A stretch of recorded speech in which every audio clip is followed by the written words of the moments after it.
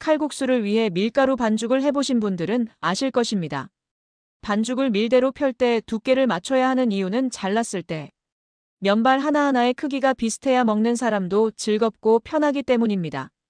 수타 소바나 칼국수에 자르기 전 과정으로 칼국수에서는 밀대나 홍두깨에 둘둘 말아 도마 한 판에 굴려 반죽의 두께를 맞추는 작업을 합니다. 수타 소바는 여기에 한 가지 목표가 더해집니다. 완성될 면의 길이를 예측해서 길이도 맞추게 됩니다. 두께는 물론 반죽을 펴면서 크기도 조절해야 하는 것이죠. 칼국수와 달리 면발의 길이를 맞추는 이유는 밀가루에는 있지만 메밀가루에는 없는 글루텐 때문이기도 합니다. 밀가루는 글루텐이라는 단백질 때문에 성형에 있어서 자유롭습니다. 예를 들어 1m 이상의 길이로 늘려도 쉽게 끊어지지 않습니다. 그러나 메밀의 특징은 밀가루와 반대로 툭툭 끊어지는 성질이라 칼국수처럼 편하게 늘려나갈 수 없습니다.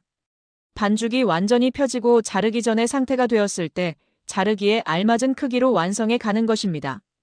이 과정을 일본 전통 수타 소바 기술 과정에서는 니쿠와케 또는 니쿠와케 고기 나누기로 부르며 메밀 반죽의 두꺼운 부분과 얇은 부분을 평탄하게 만드는 작업입니다.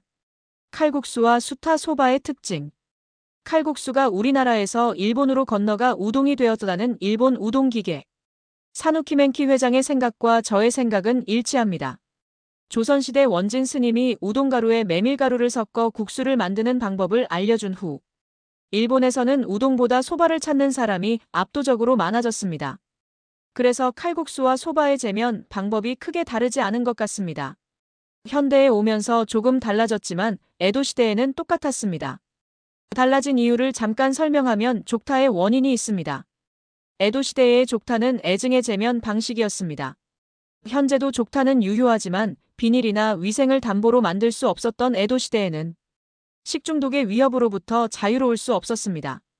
식중독으로 많은 사람들이 사망하였고 귀족이나 서민을 따지지 않았기 때문에 이것은 먹고 사는 문제를 떠나 상류층에게는 새로운 위협으로 떠올랐습니다. 그래서 발로 밟는 우동을 금지하는 지역도 생겨났습니다. 그러면서 카가와의 사누키멘키 우동 기계가 족타를 대신하기도 하였습니다. 수타와 족타. 칼국수를 족타로 만드는 것을 보신 적은 아마도 없으실 것 같은데요. 이것이 뜻하는 바가 재미있습니다. 우선 우리와 일본의 외식 시장에서 메뉴 선호도가 달랐다고 말씀드릴 수 있습니다. 밥과 면으로 달랐고 에도시대 외식 시장의 특수성으로 인해 패스트푸드가 필요했습니다.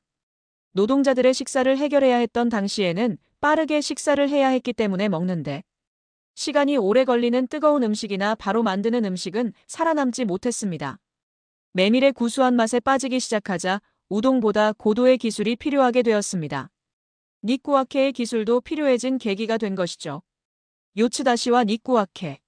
니쿠와케는 요츠다시 사각펴기 다음 과정으로 칼국수 재면하는 모습을 떠올리면 쉽게 이해하실 수 있습니다.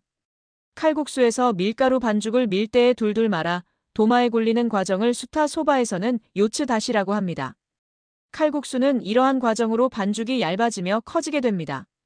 이때 완성되는 모양이 동그랗거나 사각형이건 상관없는데요. 소바는 사각형으로 만드는 것을 목표로 하고 있습니다. 사각형으로 만들게 되면 재면의 마지막 과정인 자르기에서 쉽고 면발이 짧아버리는 일이 줄어들게 됩니다. 사각형의 모양은 다른 어떤 모양보다 면의 길이를 균일하게 만들어주기 때문입니다. 요츠다시 후에는 필연적으로 두꺼운 부분이 생긴다. 요츠다시가 면발의 길이를 위한 것이라면 니쿠와케는 면발의 두께를 균일하게 만들기 위한 과정이라고 이해하시면 되겠습니다. 길이는 균일한데 두께가 제각각이라면 면을 익히는 사람도 곤란할 수 있고 먹는 손님 역시 제대로 된 식사를 하기 어렵습니다. 오늘은 메밀 반죽 두께를 맞추는 이유와 수타 소바의 과정 중에서 니쿠와케에 대해 알아봤습니다.